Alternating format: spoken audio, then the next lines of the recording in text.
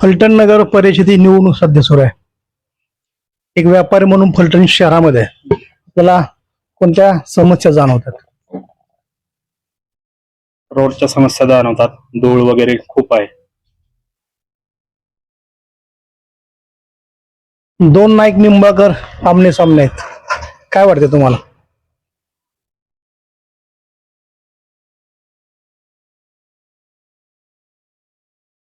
जे काय होणार आहे ते चांगल्यासाठीच होणार आहे. काय बदल अपेक्षित आहे का आहे अशी सत्ता नाही?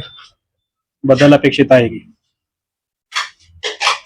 बदलानंतर शहराच्या जे तुम्ही वापर आहेत, काय अपेक्षा असतील तुम्हाला?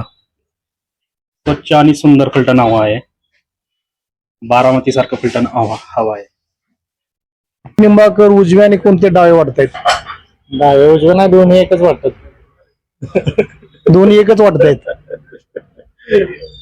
माजी खासदार रणजित सिंह नाईक निंबाळकर यांच्या विरोधात रामराजे नाईक निंबाळकर अशी नगर परिषदेची जी निवडणूक आहे होत आहे. रामराजेंचे सुपुत्र ऍडव्होकेट अनिकेत राजे आणि माजी खासदार रणजित सिंह नाईक निंबाळकर यांचे बंधू माजी विरोधी पक्षनेते शमशेर सिंह नाईक निंबाळकर हे मैदानात उभे आहेत नगराध्यक्ष पदाच्या पदासाठी.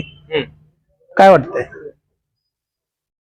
आता ज्याला मत पडतील तीच योग्य ठरेल म्हणायचं. ज्याचा कौल ज्या मतदाराचा असेल ते. मनात कोण आहे फलटण? मनात बहुतेक अनिकेत राजे.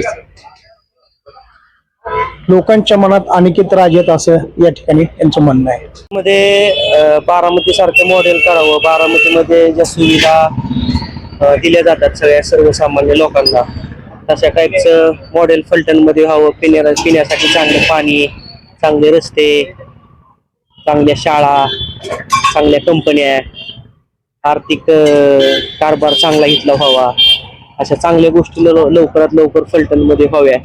काही झाले असतील, काही होत असतील, काही होणार असतील, पण इथून पुढे जो कोण येणार असेल त्यांनी खूप चांगलं काम करावं आणि 4-5 वर्षामध्ये फलटणचा कायापालट करून टाकावा. फलटण ही संतांची मेन भूमी, इथनं माऊलींची पादुका जातात, संतांचं चरण स्पर्श इथं लागतात. या सगळ्या गोष्टींचा विचार करून फलटण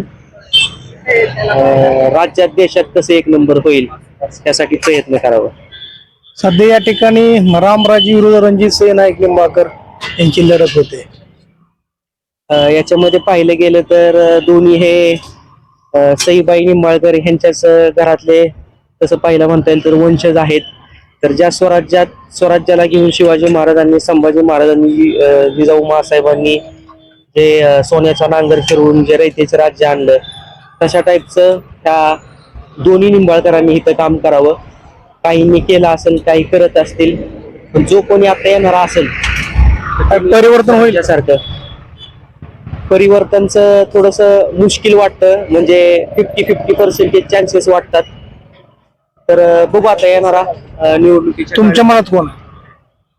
आमच्या मनामध्ये आम्ही नाही तसं सांगता यायचं पण चांगला करणारा माणूस यावा ही इच्छा. खासदार म्हणतात मी चांगलं करेन.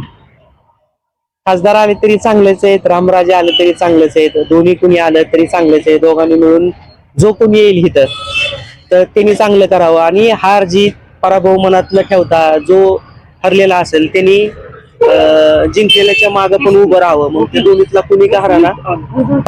निंबाळकर सामना होतोय. कसं कोणी जरी आलं तरी काम होणं महत्वाचे. रस्त्याची आज दुरावस्था फार बेकार आहे. गाडी चालवताना लक्षात येतं की काय होतंय ती. तर तेवढं रस्त्याची कामं झाली तर कुणी पण येऊ, पण ती रस्त्याची पहिल्यांदा कामं करावं. शहरामध्ये स्वच्छता जाणवते. स्वच्छता आहे, जरा बऱ्यापैकी आहे, काही ठिकाणी नाहीये, पण तिथं कर म्हणून तुमच्या काय अपेक्षा आहेत? अपेक्षा सर महत्वाचं म्हणजे रस्ता सुधारला पाहिजे आणि कचऱ्याचं एक नियोजन केलं पाहिजे. काय होतंय आता या चौकात तुम्ही चेक केलं ना तर या चौकात आपल्याला हेच भेटणार नाही, सार्वजनिक शौचालय नाही येत चौकात. लेडीज तुम्ही इथं असतो ना, कोण मला विचारतं की इथं सार्वजनिक शौचालय कुठे आहे, तर मला सांगता येत नाही कुठे. महिलांचं सार्वजनिक शौचालय, महिला नाही, जेंट्स नाही, कुठलंच नाही. ते समस्या सार्वजनिक